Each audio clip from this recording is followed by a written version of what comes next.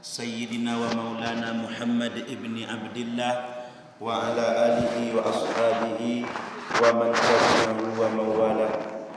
قال الله تعالى في كتابه الكريم: أعوذ بالله من الشيطان الرجيم. بسم الله الرحمن الرحيم. وما خلقت الجن والإنس إلا ليعبدون. Tidak aku ciptakan jin dan manusia kecuali semata-mata untuk beribadah kepada aku. Wa qala an-nabiy sallallahu alaihi wasallam, Nabi sallallahu alaihi wasallam bersabda, man shallas subha fi jama'atin, siapa yang salat subuh berjamaah, faka'annama lahu ajrun mislu salatin kullal lail, seakan-akan dia telah salat sunat sepanjang malam. Siapa yang salat subuh berjamaah kecil Nabi dapat pahala seperti orang salat sunat sepanjang malam. Siapa yang lah pernah siko salat sunat samalam suntuk, tak ada bonti dah. Dah. Dah pernah cuba? Mulai dari sudah maghrib tu salat sunat dia tahu sampai pagi. 2 rakaat salat subuh berjamaah pahalanya sama je itu. Dalam hadis lain Nabi katakan, wa man shallal isya fi jama'atin, siapa yang salat isya berjamaah, faka'annama lahu ajrun nisfal lail, dia dapat pahala salat sunat setengah malam. Kalau salat isya berjamaah, pahalanya sama je salat sunat setengah malam. Kalau salat subuh berjamaah, pahalanya seperti salat sunat sepanjang malam. Itu salat subuhnya. Ba'ala salat sunatnya, kata Nabi dalam hadis yang sahih diriwayatkan oleh Imam Al-Bukhari dan Muslim, rak'ataini qabla al-fajri khairun minad dunya wa ma fiha. 2 rakaat salat sunat sebelum salat subuh itu lebih berharga daripada dunia beserta seluruh isinya. Tadi kan orang azan nak, sudah orang azan tu menjalang qomat, awak solat sunat 2 rakaat. Itu jadi bukan syiah. 2 rakaat solat sunat sebelum solat subuh. Khairun minad dunya wa ma fiha. Lebih baik daripada dunia beserta seluruh isinya. Apa mukaswiknya lebih baik daripada dunia beserta seluruh isinya kau? Kecik para ulama hadis menafsirkan hadis itu, andai dikumpulan seluruh amal soleh orang menado di dunia, maka adun sama pahalanya lain dengan pahala salat sunat 2 rakaat sebelum subuh.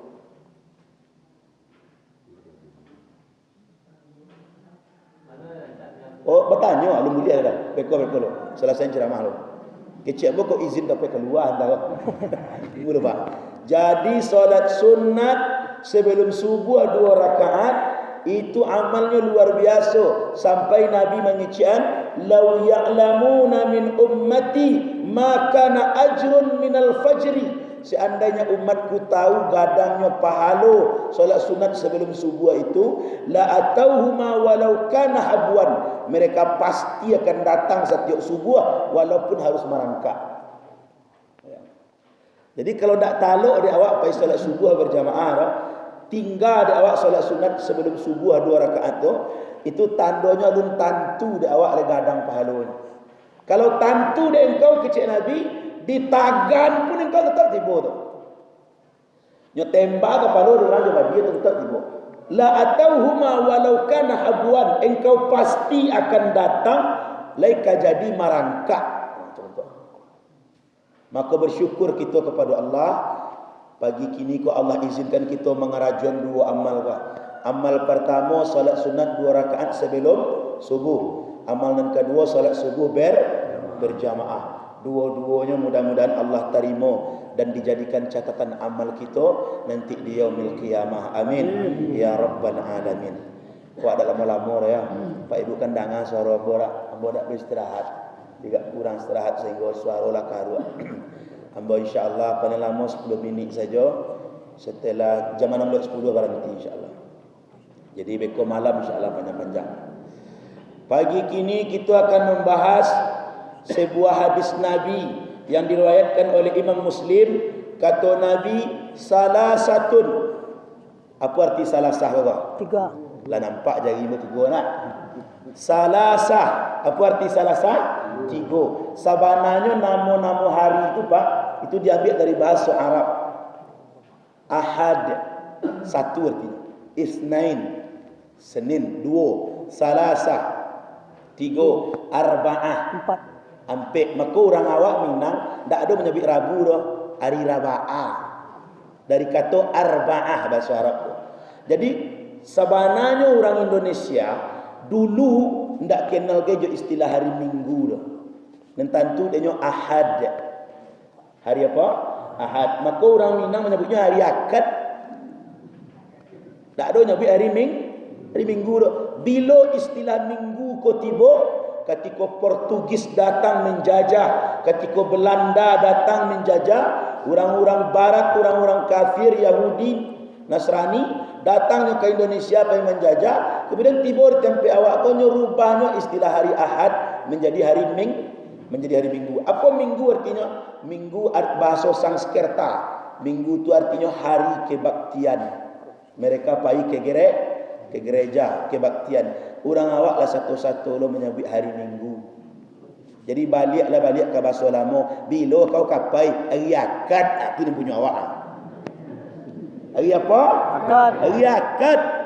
Hari Akad itu dari bahasa Arab Ahad, artinya hari pertama. Ahad, Isnain, Salasa, Arba'ah, Khamsah, Kamis. Jadi Bapak Ibu yang dimuliakan Allah Subhanahu wa taala, kecik Nabi salasatun, ada 3 kelompok, 3 golongan manusia. Hati-hati wah. Jangan-jangan awak masuk dalam 3 golongan wah.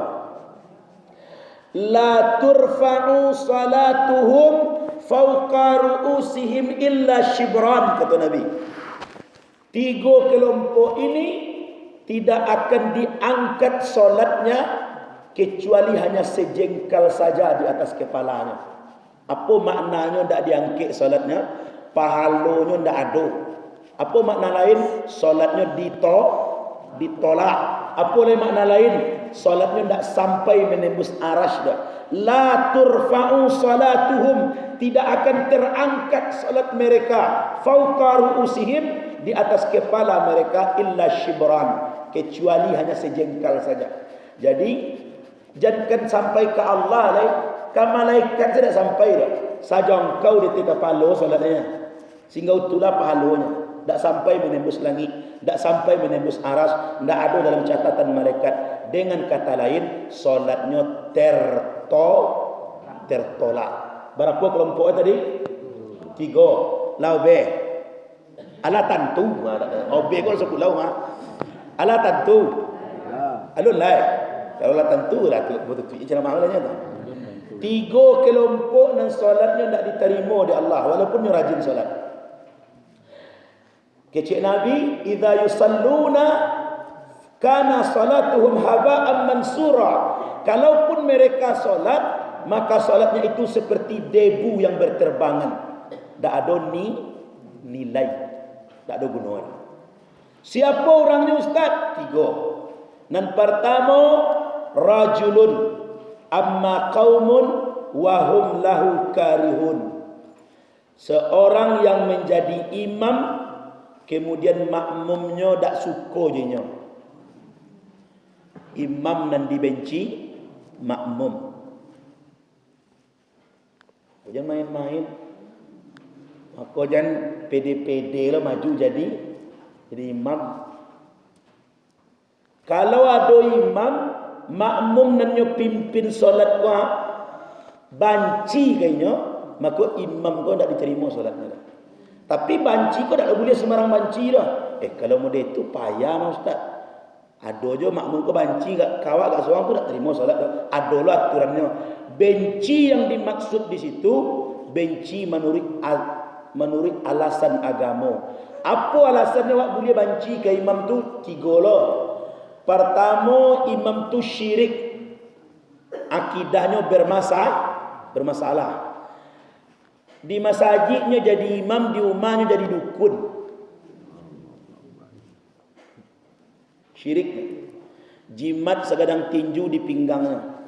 Tiok sabanta gilo manawa aja tari si tawa sedingin cikumpai cikarau. Abi ai dek tu ya. Kata ke bawah mangkuk jimat. Syiriknya kepada Allah atau memuta-muta gas yang tingkurak kepada jonya siang malam. Di masjidnya menjadi imam, di rumahnya menyekutukan Allah dengan jin. Maka tentu di awak imam model itu. Imam macam tu tak perlu diikuti. Nah, buat memang apa jah? Aduh, wah. Lain dah. Alhamdulillah. Jadi imam kalau nyo syirik, lalu makmumnya benci kainyo karena kesyirikan itu, maka la turfa'u salatuhum, tidak akan diangkat pahala salatnya.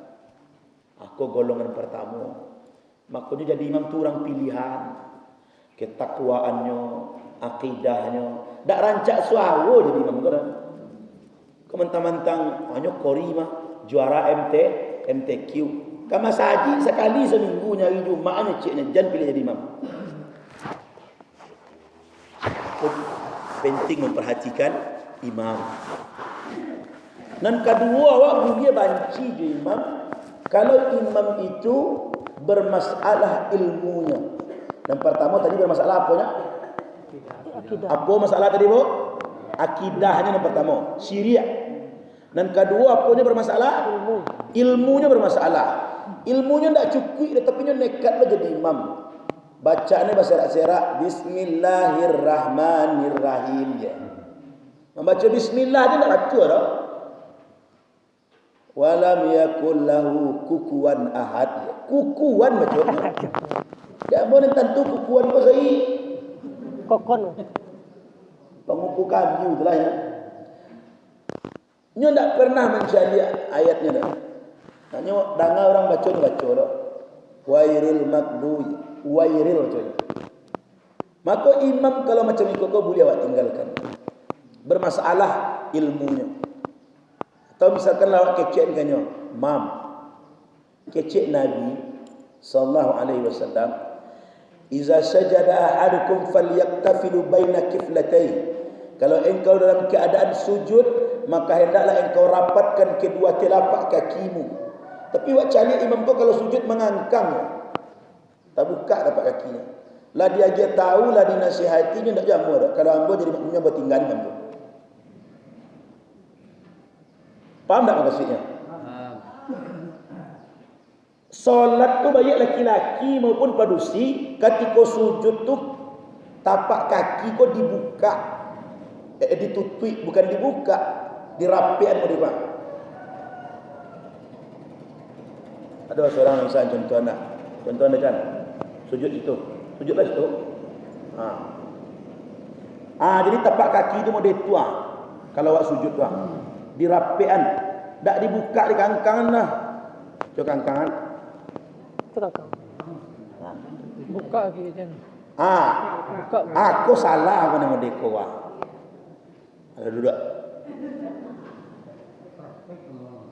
Jadi imam kau mesti lengkap ilmunya. Detail salatnya harus tahu. Jangan sampainya macam tu. Lah dia tahu sekali dua kalinya masih dia macam tu. Atau imam kau misalkan membaca ayatnya bolak-balik. Apa mau kasih bolak-balik tu? Rakaat pertamanya bacanya alam tarakai. Rakaat keduanya bacanya alam nashrah laka sadrak. Aku nak mau baca ayat songsang namanya. Mana nan dulu dalam Quran alam nashrah atau alam tarakai? Mana nan dulu? Alam nashrah. Maka kalau rakaat pertama alam nashrah, rakaat kedua alam tarakai, aku betul apa? Tapi kalau rakaat pertamanya alam tarakai, rakaat keduanya alam nashrah, kau namanya ayat songsang. Kalau anak lagi songsang lagi bisa aja mauwi lah. Tapi kalau ayat songsang rusak solat. Rakaat pertamanya baca qul a'udzu birabbin nas, rakaat keduanya baca qul huwallahu ahad. Songsang tak? Songsang dua surat. Jadi kalau ada imam lah membaca qul a'udzu birabbin nas rakaat pertama, rakaat kedua apa cara ustaz? Mesti qul a'udzu birabbin nas balik. Sebab tak ada surat sudah tu dah. Ada tak surat sudah qul a'udzu birabbin nas lain? Tak ada lah dah. Kalau talonsong baca kul a'udzu birabbin nas rakaat pertama, rakaat kedua mesti kul a'udzu birabbin nas dia. Tidak imam saja kalau termasuk ibu-ibu apa-apa macam tu gitu sadonya. Baik solat sendiri, solat sunat maupun berjamaah. Jangan sampai wak sonsang membaca ayat. Bakpo caranya jangan sonsang wak baca ayat kok harus tahu wak urutan ayat. Manonan dulu iza ja'a nasru atau tabbat yada.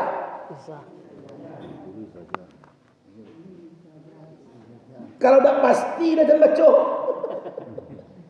Beko sonsang ayatnya. Rakaat pertamanya bacanya qul ya ayyuhal kafirun. Rakaat keduanya bacanya alif lam mim zalikal kitab. 32 juz sonsangnya ke buku tu. Qul ya ayyuhal kafirun juz terakhir juz 32. Alif lam mim zalikal kitab juz berapa? Juz 1 kan? Pertama. Babaliknya ke belakang dia.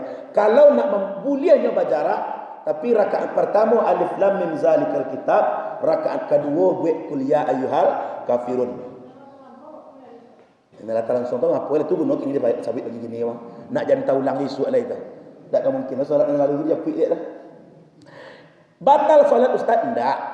Lain dapat pahala lain tapi rusak solatnya. Rusak. Jadi kecil batal. Beko tadanga kawan kau rakaat pertamanya bacanya qul huwallahu ahad, rakaat keduanya bacanya ara'aital lazi. Kan sonsang tu. Balik rakaat tu. Ai kau dak sah sembahyang. Oh, jadi kecil dak sah. Solat tetap sah. Cuma pahalanya rusak. Harusnya dapat 9, dapat 7,2 kira-kira itulah. Yang ketiga, awak boleh membenci imam tu apa alasannya? Imam tu rusak akhlaknya. Nampak dia awak akhlaknya rusak. Di masjidnya jadi imam, di lapang polinya lah satu orang main dia anak gadi bahasa Sarawak singkit lah tu. Ni imam di masjid tu lah. Kau imam? Kau ni jadi imam di masjid tu lah. Hati-hati kau. Masjid jadi imam. Lapang poli lah campur dia anak gadi jadi imam situ. Pakailah Sarawak singkit tu. Cacat akhlaknya. Tak perlu ikut imam itu. Dan barang tilo ke masjid, pindah ke masjid lain dan imamnya lewat tua. Pada nampak-nampak apa ke masjid dapat malir jadi imam. Potong. Imam bahasa Sarawak singkit ketika awalnya. Tu awak nak tiba-tiba ke masjid, awak nak rugi pindah ke masjid lain yang imamnya betul atau tukai imam. Agak tersinggung Pak boleh bahasan kau Pak pun cerita lah.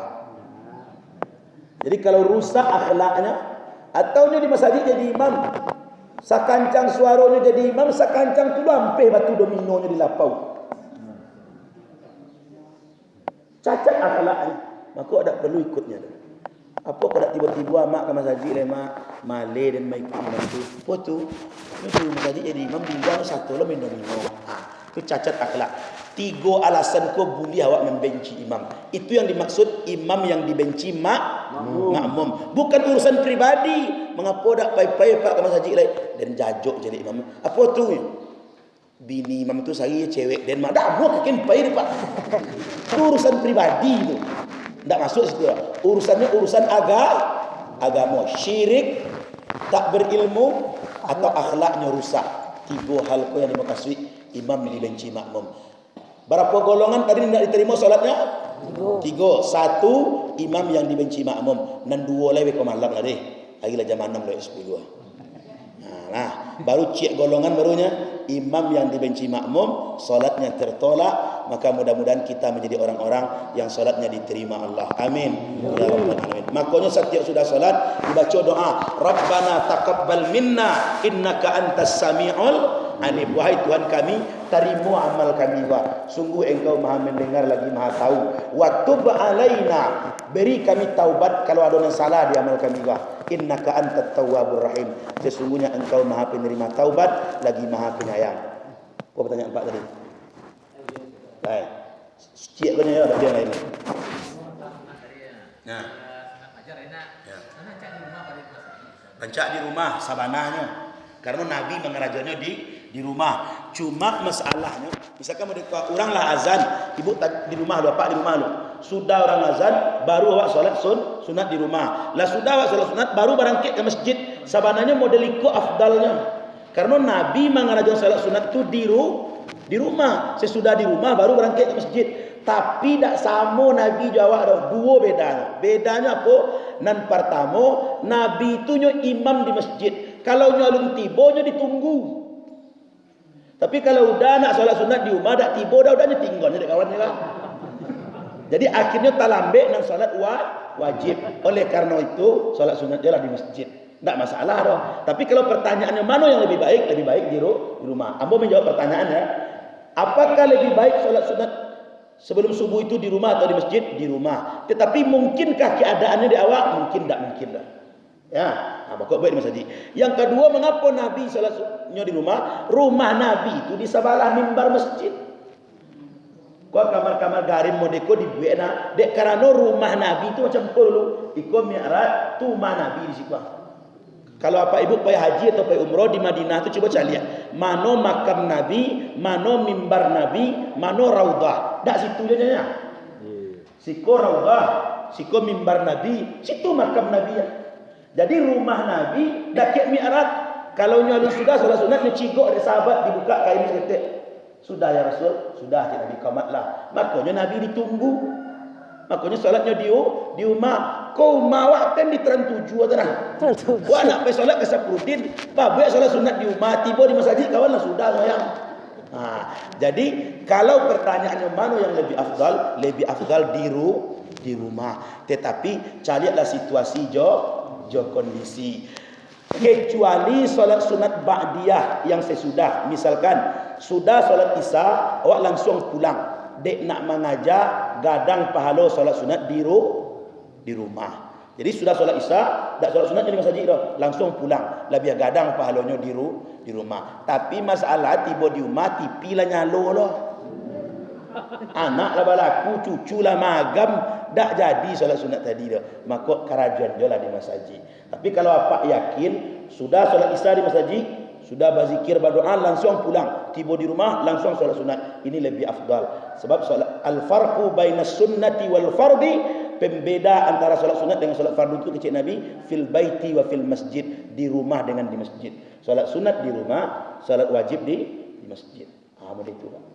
Subhanakallahumma rabbana wa bihamdika asyhadu an la ilaha illa anta astaghfiruka wa atubu ilaik. Assalamualaikum warahmatullahi wabarakatuh. Waalaikumsalam.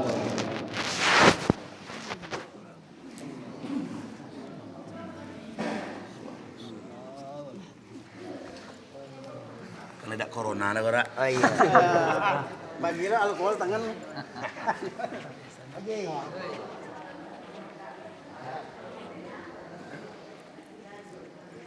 Cayo aja.